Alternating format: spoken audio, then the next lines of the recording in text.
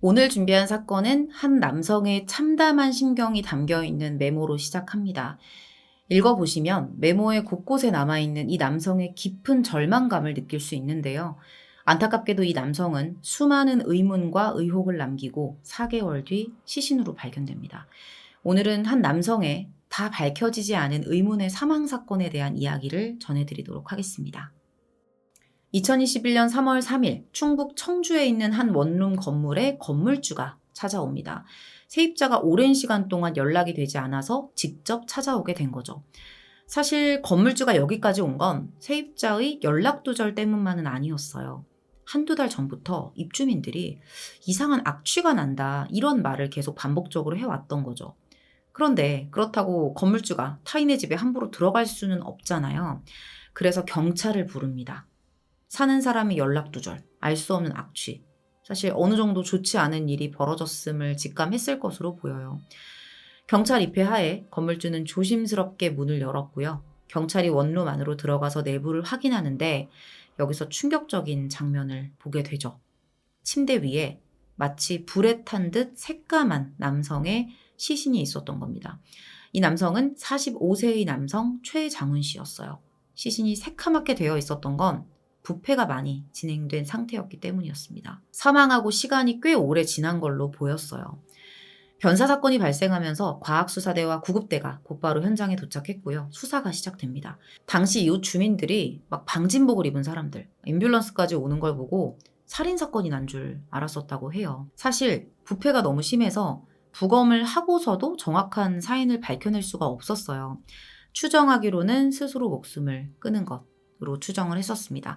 타살 정황이 확인이 되지 않았고 최 씨의 휴대폰 남은 마지막 메모를 봤을 때 제가 앞서 보여드렸던 이걸 봤을 때 극단적인 선택으로 보였던 거죠. 사망 추정 시점은 4개월 전인 2020년 11월 6일로 추정이 됐었고요. 이게 딱 11월 6일 이후로 최 씨하고 연락이 닿은 사람이 단 한 명도 없었어요. 은행 기록도 같은 날 멈췄고요. 카드, 휴대폰 통신 기록 이게 다 11월 6일 이후로 없었습니다. 11월 6일 오후 6시에 마지막으로 사용된 최 씨의 휴대폰은 3일 뒤인 9일 오전 9시 30분경에 배터리 방전으로 꺼진 것으로 확인됩니다. 주변인들의 충격이 엄청났겠죠. 유족과 친구들의 충격도 컸습니다. 너무 갑작스럽기도 했고 장훈 씨의 집과 직장이 천안에 있었는데 난데없이 청주에서 시신으로 발견이 됐다? 이 부분도 놀랄 일이었죠. 최 씨는 대기업 마트 점장이었어요. 일도 성실히 했고 연봉도 꽤 높았습니다. 물론 이런 배경은 타인이 보는 어떤 표면적인 부분이라고 말씀을 제가 드렸었는데 유족이나 친구, 그러니까 외부에서 봤을 때는 걱정거리 하나 없는 사람처럼 보였다는 거예요. 그런 사람이 이런 선택을 했다? 이거를 납득하기 어려웠다는 거죠. 그래서 자연스럽게 강력 사건을 의심할 수밖에 없었던 겁니다. 그렇게 계속 수사가 진행이 되는데 진행되면 될수록 이 유족들의 의문이 계속 커지는 거예요. 최 씨의 남동생이 유족 조사를 받고 있는데 최 씨에게 고급 외제차가 있다는 사실을 듣게 돼요. 매달 이제 고가의 비용을 지불해야 되는 장기 렌트 차량이었습니다. 근데 너무 이상한 거예요. 내가 알고 있던 우리 형은 이런 차를 빌릴 사람이 아닌데 그러니까 그동안의 형의 모습과 너무나도 달랐던 거죠. 우리 형이 10년 넘은 중고차를 끌고 다니면서도 정말 집을 사겠다는 그 생각 하나로 돈도 계속 독하게 모았는데 갑자기 고급 외제차라니? 너무 이상했어요. 최 씨의 동생은 우리 형은 10억을 가지고 있어도 그런 차를 탈 사람이 아니다. 이러면서 강한 의구심을 품게 됩니다. 최 씨의 친구도 동생과 같은 의문을 가졌어요. 예전에 이 친구가 최 씨한테 그랬대요. 야, 장난식으로 야, 너 연봉도 높고 혼자 지내는데 차 좀 좋은 거 타. 10년 넘은 중고차를 타고 있으니까. 차 좀 좋은 거 타. 이렇게 농담을 한 적이 있었대요. 그때 최 씨가 뭐라고 얘기를 했냐면 난 좋은 차 필요 없어. 어머니 모시고 살 집이 먼저야. 이렇게 대답을 했다는 거죠. 그러니까 이분은 자신이 돈을 왜 벌어야 하고 이걸 어떻게 쓸 건지 내가 왜 절약을 해야 되는지 이것에 대한 계획을 딱 가지고 있는 분이었다는 겁니다. 물론 사람이 살다 보면 갑자기 어떤 심경 변화가 생겨가지고 그간 하지 않던 행동을 갑자기 할 때도 있어요. 그럴 가능성도 있죠. 그런데 그렇다고 보기에는 최 씨가 남긴 마지막 메모가 조금 걸려요. 누구나 부러워할 만한 고급차를 뽑았는데 메모의 내용은 너무나도 절망적이잖아요. 그리고 수상한 건 이 고급 외제차뿐이 아니었습니다. 건물주하고 주민들이 들려준 이야기가 있었는데 이게 더 이상해요. 최 씨의 사망 추정 시점이 11월 6일이었잖아요. 이날 이후로 모든 생활 반응이 끊겼었죠. 그런데 11월 6일 이후에도 누군가 계속 이 최 씨의 원룸의 우편함을 비웠던 거예요. 건물주하고 이웃 주민들은 안 했거든요. 겨울 동안 최 씨의 우편물이 쌓여 있는 걸 종종 봤다고 하는데 이 사람들이 이상한 건 어느 날 다시 보면 쌓여 있던 우편물이 없어져 있고 또 쌓여 있다가 치워져 있고 이랬었다는 겁니다. 누구였을까요? 시신의 부패 정도와 생활 반응을 종합해보면 이거 최 씨가 치운 건 절대 아니거든요. 분명히 제3자에 의해 최 씨의 우편함이 계속 지금 비워지고 있는 겁니다. 누군가 여기에 계속 왔었다는 그런 말이기도 하고요. 이 사망 사건에 제3자가 있을 것이다 라는 의심을 더하게 만든 건 뭐냐면 고지서가 나온가 전기세는 고지서가 나와요. 근데 고지서가 나오는 전기세만 꼬박꼬박 다 납부가 됐다는 거예요. 이미 최 씨는 사망을 했는데. 이 건물의 경우에는 난방비에 대해서는 따로 고지서가 안 나오고 다른 루트로 난방비를 내는 걸로 알고 있어요. 그래서 전기세만 고지서가 나오는데 난방비는 미납인 반면 전기세는 무통장 입금을 통해서 계속 납부가 되고 있었다는 겁니다. 자, 누군가 쌓인 우편물을 치우고 거기서 고지서만 확인해서 굳이 요금을 납부해준 상황인 거예요. 가족들 아무도 하지 않았는데. 꼭 최 씨가 살아있는 것처럼 꾸미려는 것 같아 보인다는 거죠. 이 고지서를 치우고 전기세를 낸 사람이야말로 최 씨의 사망과 연관이 깊을 수밖에 없는 겁니다. 우편함을 비웠다는 건 여기에 왔다는 거고 그렇게 왔으면 왜 최 씨가 사망했다는 사실을 몰랐을까요? 전기세까지 내줄 사람인데. 우편함을 비운 사람 누굴까요? 우편함을 비웠던 사람의 정체는 최 씨의 시신이 발견된 3월 3일에 밝혀져요. 이게 실제 CCTV 화면인데 건물 입구에 설치된 CCTV 영상이에요. 옆에 구급차 보이시죠? 이때가 시신이 한창 수습될 무렵이었거든요. 근데 갑자기 어디선가 어떤 여자가 나타나서 우편물을 되게 급하게 뽑아가는 거예요. 근데 그때 거기 또 건물주가 있었어요. 그 장면을 딱 본 거죠. 그래서 아니 왜 남의 집 우편물을 가져가세요? 그랬더니 이 여성이 막 당황을 하면서 아 누구 심부름으로 가져가는 거예요. 이렇게 대답을 합니다. 그래서 다시 한번 물어봐요. 누가 시킨 건데요? 그랬더니 아, 저 앞에 있는 사람 몰라요? 이러면서 그냥 얼버무린 거죠. 거기 살지도 않는 사람이 남의 집 우편물을 가져오라고 하는 것도 이상하고 그 심부름을 듣고 가져가는 것도 이상해요. 그러니까 상황 자체가 누가 봐도 수상하잖아요. 경찰이 해당 여성에 대한 수사에 들어갔는데요. 사망한 최 씨와의 직접적인 관련성은 확인이 되지 않아요.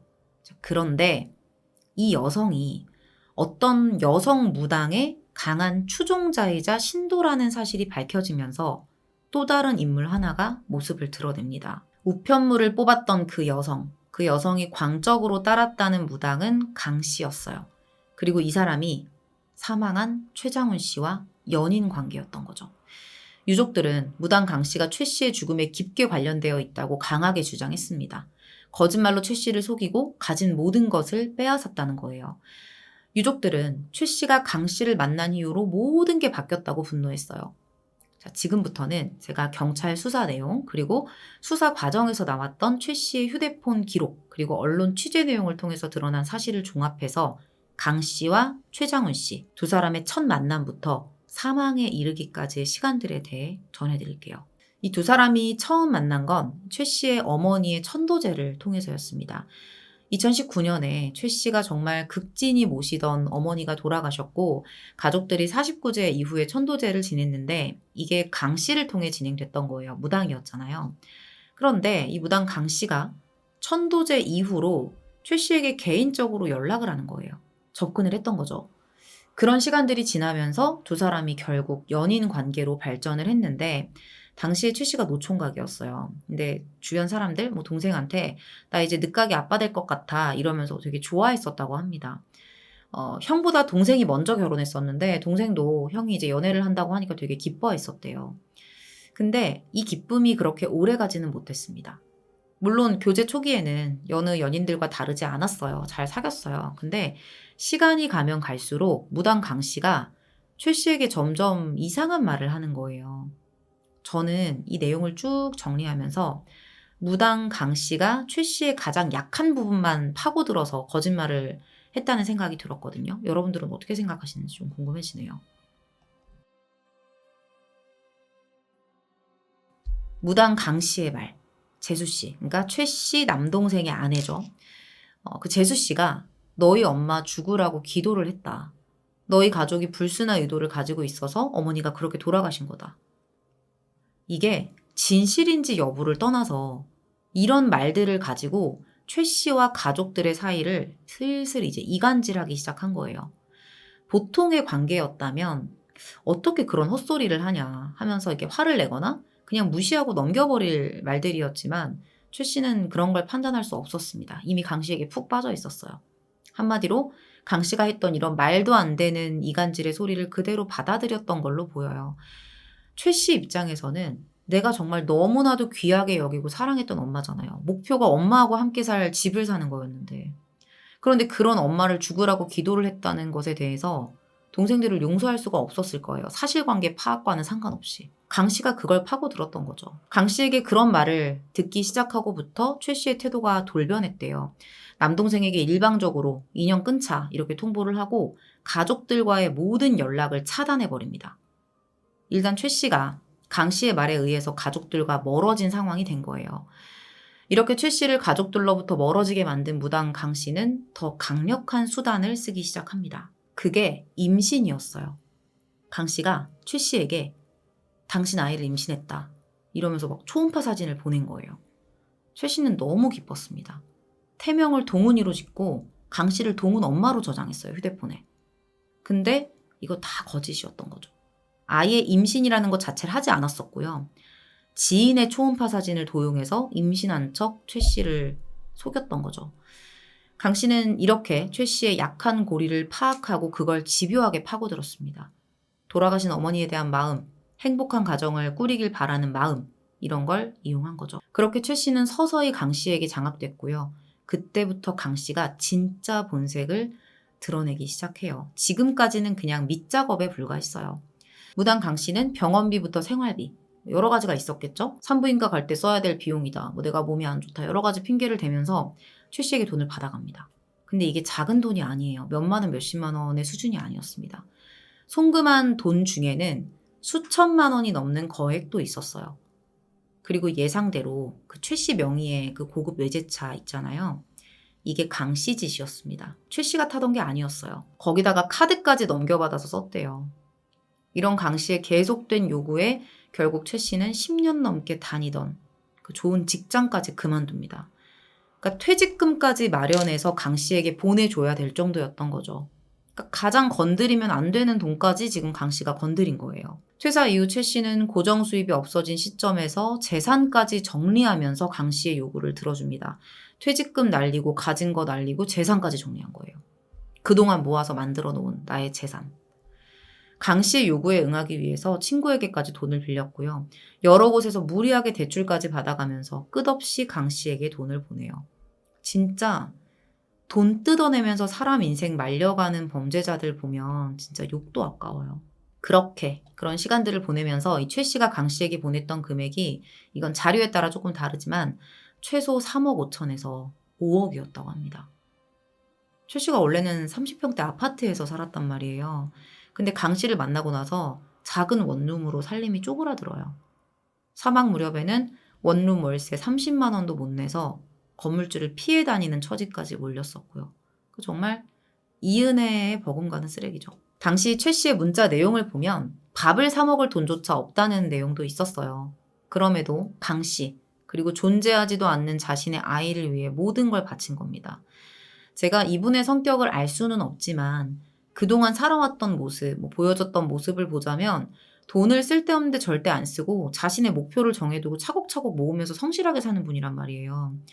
사고가 정상적이었다면 내가 다른 건 몰라도 퇴직금까지 넘겨야 하는 상황까지 가기 직전에 이건 아니지 않나? 이런 생각을 잠깐 스탑하고 할 수 있는 분이라는 생각이 들어요, 이분은.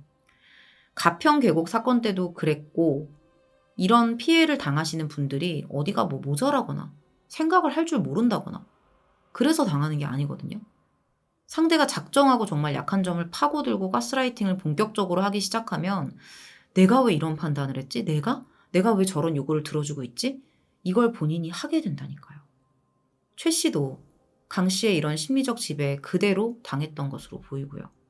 이 사진은 2020년 11월 6일 오후에 차량 블랙박스에 찍힌 최장훈 씨의 마지막 모습입니다.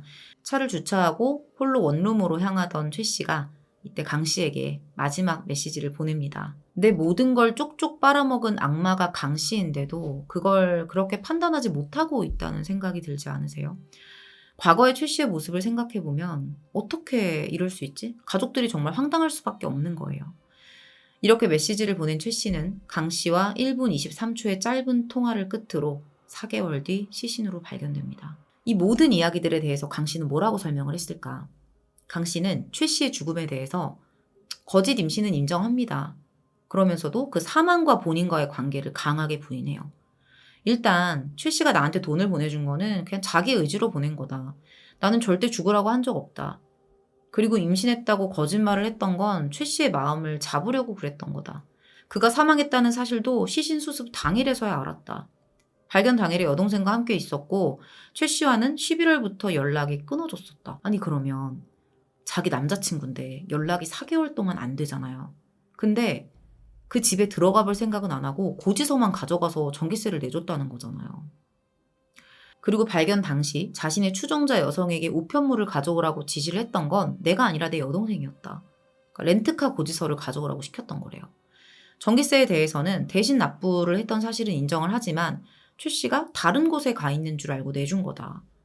하루아침에 사라져서 4개월 동안 연락이 안 되고 행방이 묘연해졌는데 가장 기본적인 그 사람의 집에 들어갈 생각은 단 한 번도 하지 않고 우편물만 처리를 했다? 이런 주장을 납득하기는 어렵죠. 그러면 이런 행동을 왜 했을까? 왜 고지서를 가져가서 자기가 돈을 냈을까? 가장 합리적인 의심은 시신 발견 지연일 수 있죠. 살아있는 것처럼 꾸미려는 의도라는 거예요. 단순히 고지서 처리한 것만 보고 그렇게 판단할 수 있을까? 또 다른 정황이 있죠. 차량 대여 업체와 부동산이었습니다. 최 씨 사망 추정일이 11월 6일이잖아요. 이날 이후에 외제차 대여비가 연체가 됐었는데 그때 강 씨가 업체로 전화를 걸었대요. 그러면서 최 씨가 지금 사고로 서울의 병원에 입원해 있고 어딘진 나도 모른다. 이런 말을 했다는 겁니다. 그리고 부동산에는 12월에 전화를 해서 또 이렇게 얘기를 했대요. 최 씨가 제주도 갔다가 금방 연락할 거니까 기다려달라. 아니 이 정성을 쏟을 시간에 남자친구를 찾는 게 빠르지 않을까요? 돈이 연체가 되면 분명히 찾아 들어올 거라는 생각을 한 사람처럼 행동을 해왔다는 거죠. 전기세도 그랬고요. 이것 때문에 건물주도 제때 방을 체크하지 못했던 거예요. 이렇게 시신 발견을 방해한 정황은 분명합니다. 그럼에도 최 씨에게 그 어떠한 타살 정황도 발견되지 않으면서 이 사망 사건은 자살로 종결 처리됩니다. 유족들이 강 씨를 사기죄로 고소했어요. 그런데 검찰은 증거불충분으로 무혐의 처리합니다. 거짓말을 한 건 사실이지만 그 거짓말로 인해 돈을 보냈다고 보기는 어렵다는 거죠. 이게 연인 사이에 이루어진 금전거래는 애정관계에 의해서 돈이 오갔기 때문에 이게 증여로 판단할 여지가 있고 그래서 불송치 결정이 내려졌을 수 있다라고 전문가는 말합니다. 이 과정에서 임신 사실을 속이고 돈을 받은 건 사실 사기죄 성립 여지가 있다면서 전문가가 아쉬움을 표하기도 했죠. 그렇게 강 씨는 어떠한 법적 책임도 지지 않고 세상으로 돌아왔어요. 근데 진짜 문제는 무당 강 씨에게 당한 피해자가 최 씨뿐이 아니라는 거예요. 최 씨 만나기 전까지 그렇게 살아왔겠죠라고 생각을 할 수 있겠지만 진짜 소름 돋는 거. 이 여자 최 씨가 사망한 이후에도 같은 행동을 하고 다닙니다. 연인 관계로 시작해서 금전 피해로 이어지는 레퍼토리도 똑같아요. 게다가 강 씨뿐 아니라 강 씨의 여동생도 비슷한 수법으로 남성들에게 피해를 입힌 정황까지 확인이 돼요. 최 씨의 사망으로 수면 아래에 있던 다른 피해자들도 계속해서 확인이 된 거죠. 피해자들이 계속 발생하고 있는 상황임에도 아무 책임도 묻지 못하는데 이게 참 사건을 준비하면서 답답하다는 생각이 들더라고요. 최 씨는 강 씨의 거짓말에 속아서 모든 걸 잃고 쓸쓸히 죽어갔습니다. 강 씨에게 사망의 직접적인 책임을 묻지 못한다고 하더라도 이 사기죄에 대해서만큼은 꼭 처벌이 이뤄졌으면 합니다.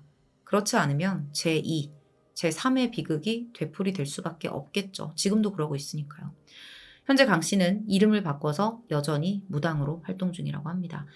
오늘 준비한 사건은 여기서 마무리하도록 하겠습니다. 긴 시간 시청해주셔서 감사합니다.